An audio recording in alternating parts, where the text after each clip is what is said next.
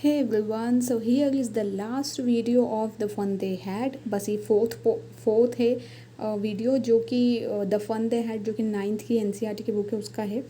सो यहाँ हम पढ़ेंगे कुछ interesting facts first of all and then summary points. तो लेट्स सी कि क्या है. इंटरेस्टिंग फैक्ट्स में है the story is narrated in the third person limited omniscient means or close third point of view from the perspective of Margie an 11-year-old girl. तो एक 11 साल की एक लड़की है, उसके पॉइंट ऑफ व्यू से थर्ड पर्सन में लिखा गया है इसको. ठीक है, देखिए फर्स्ट पर्सन कौन होता है जो कि बात कर रहा है, सेकंड पर्सन कौन होता है जो कि सुन रहा है, ओके, और एक थर्ड पर्सन होता है जिसके बारे में बात की जा रही है. तो ये थर्ड पर्सन में लिखा हुआ है. ये इसका एक इंटरेस्टिंग फैक्ट है. अब आते हैं अपन के आगे क्या हुआ. तो अभी लास्ट स्टोरी में मैंने आपको ये बताया था, आप वैसे तो प्लेलिस्ट पे देख सकते हैं, मैंने एनसीईआरटी क्लास 9th के नाम से जो एक प्लेलिस्ट बनाई है उसमें सब चीज़ें सीक्वेंस ही मिलेगी आपको. तो उसमें स्टार्टिंग के 3 video already same prose the fun they had पे छोटे छोटे हैं, ज़्यादा बड़े नहीं हैं, वो आप देख लीजिए, फिर आपको ये अच्छे से समझ में आ जाएगा. तो यहाँ पर हम अभी लास्ट वीडियो में ये ऐसा कुछ हुआ था कि जो टॉमी है वो मार्गी को समझाता है कि जो पुराने समय के जो टीचर्स हुआ करते थे वो ह्यूमन बीइंग हुआ करते थे, और इतना उसने एक्सप्लेन किया. आगे क्या होता है, old schools explained. So Margie was not prepared to dispute that. तो मार्गी जो थी ना वो सोच रही थी कि यार अब मुझे इस बात पे डिस्प्यूट नहीं करना है. किस बात पे, जैसे टॉमी बोल रहा है कि जो मैकेनिकल टीचर के अलावा जो ह्यूमन बीइंग होते हैं ना वो भी ना मतलब उतने ही अच्छे ब्रिलियंट होते हैं, और मार्गी कह रही कि नहीं, ह्यूमन बीइंग के कंपैरिजन में मैकेनिकल टीचर जो होता है वो ज़्यादा अच्छा होता है.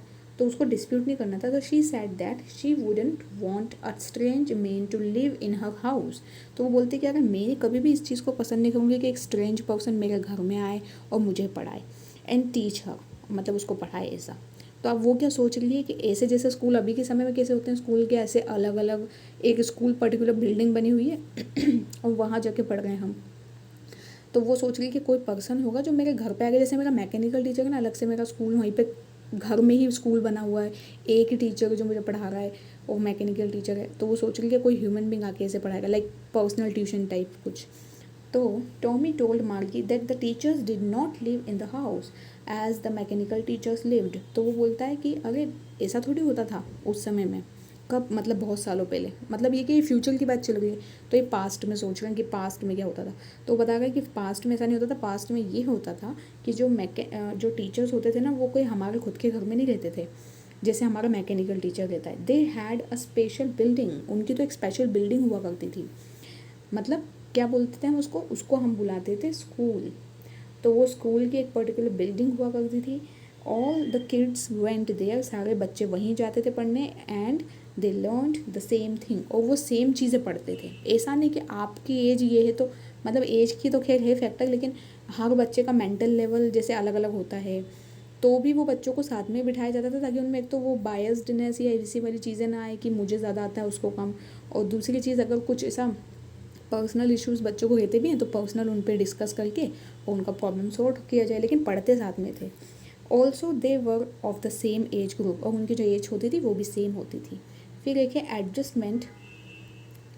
Adjustment of the television teacher. But Margie said that as per her mother a teacher had to be adjusted to fit the mind of each boy and girl it taught. तो मार्गी कहती है कि अरे मेरी मम्मी तो ऐसा कहती है कि जो बच्चों के जो मेंटल लेवल होता है ना उसके अकॉर्डिंग टीचर को मतलब बनना पड़ता है, उसके अकॉर्डिंग पढ़ाना होता है. तो फिर ऐसा कैसे पॉसिबल है. So each kid had to be taught differently, क्योंकि हर बच्चे को अलग तरह से पढ़ाना पड़ता है. मार्गीज स्कूल टाइम. यहाँ पे स्कूल है, यहाँ पे डबल ओ आएगा.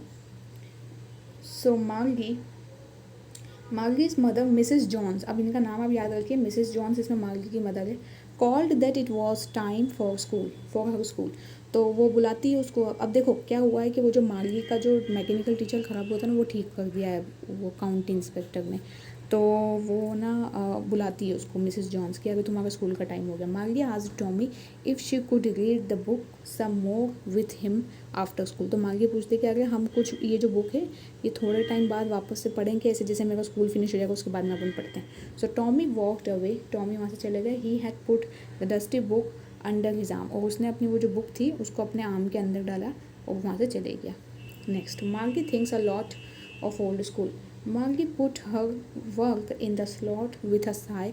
अब वो जो मार्गी है ना, वो जो मैकेनिकल टीचर, उसमें एक अपना होमवर्क पुट कर दिए और एक साई के साथ, साई मतलब कैसे इसे आह करके कि अरे यार फिर से वही सब काम, तो उसने स्लॉट में पुट किया अपना homework. She was thinking about the old schools, और उसी समय पे वो उन ओल्ड स्कूल्स के बारे में भी सोच रही है जिसके बारे में वो बुक में मार्गी और टॉमी दोनों पढ़ रहे थे।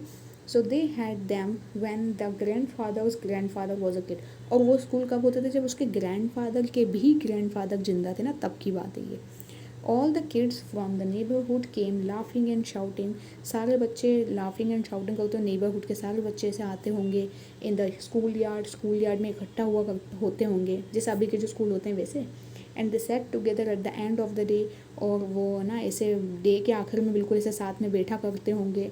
They learn the same thing so they could help one another, और एक दूसरे की हेल्प भी कर सकते होंगे ऐसे करके, क्योंकि हेल्प कब कर पाएंगे, जब वो ना एक ही क्लास में पढ़ेंगे, ठीक है, in their homeworks. And the teachers were human being, और जो टीचर्स थे वो भी ह्यूमन बींग हुआ करते थे, तो कितना अच्छा रहता होगा। थिंकिंग कंटिन्यूस, किसकी थिंकिंग, मार्गी की जो थिंकिंग है वो चली रही है, अभी सोच रही है वो आगे क्या। The mechanical teacher was flashing on the screen the fractions of a question. अब मैकेनिकल टीचर ने कुछ फ्रैक्शन ऑफ क्वेश्चन पुट किया उस पर स्क्रीन पे। एंड मार्गी was thinking about how the kids must have loved the school in the old days. मार्गी सोचते कि कितना मज़ा आता होगा ना उन बच्चों को जो कि ऐसे स्कूल की किसी पर्टिकुलर बिल्डिंग में जाके मज़े करते होंगे सबके साथ में, उन्हें कितना मज़ा आता होगा, ना कि मेरी तरह, मेरी मतलब किसकी, मार्गी की तरह एक रूम में बैठ के एक मैकेनिकल टीचर की बातें सुन रहे हैं, उसका समझाया हुआ समझ रहे हैं, और कोई फ़न एक्टिविटी कुछ नहीं है, बस समझना है, सुनना है और निकल जाना है। जबकि बच्चों के साथ में ज़्यादा मज़ा आता है, तो वो वाली चीज़ वो सोच रही है। She was thinking about the fun they had. अब देखिए चैप्टर का नाम आ गया ना लास्ट में, द फन दे हैड, तो वो क्या सोचती है कि कितना मज़ा आता होगा। वो जो मज़ा, मतलब she was thinking the fun they had, उन लोगों को जो मज़ा आए करते होंगे उसके बारे में वो सोचती है। द फन दे हैड, जो मज़े उन्होंने लिए होंगे उसके बारे में। सो ये वीडियो यहीं तक था। आई होप कि आप समझ गए पूरा चैप्टर अच्छी तरह से। इसके और भी वीडियोज़ हैं जो आपको उसमें मेरी जो प्लेलिस्ट मैंने बनाई है मेरे चैनल पे, क्लास 9th NCERT के नाम से, उसमें आपको मिल जाएंगे। तो यहीं पे चैप्टर एंड होता है। Let's meet in our next video now. Bye to all of you.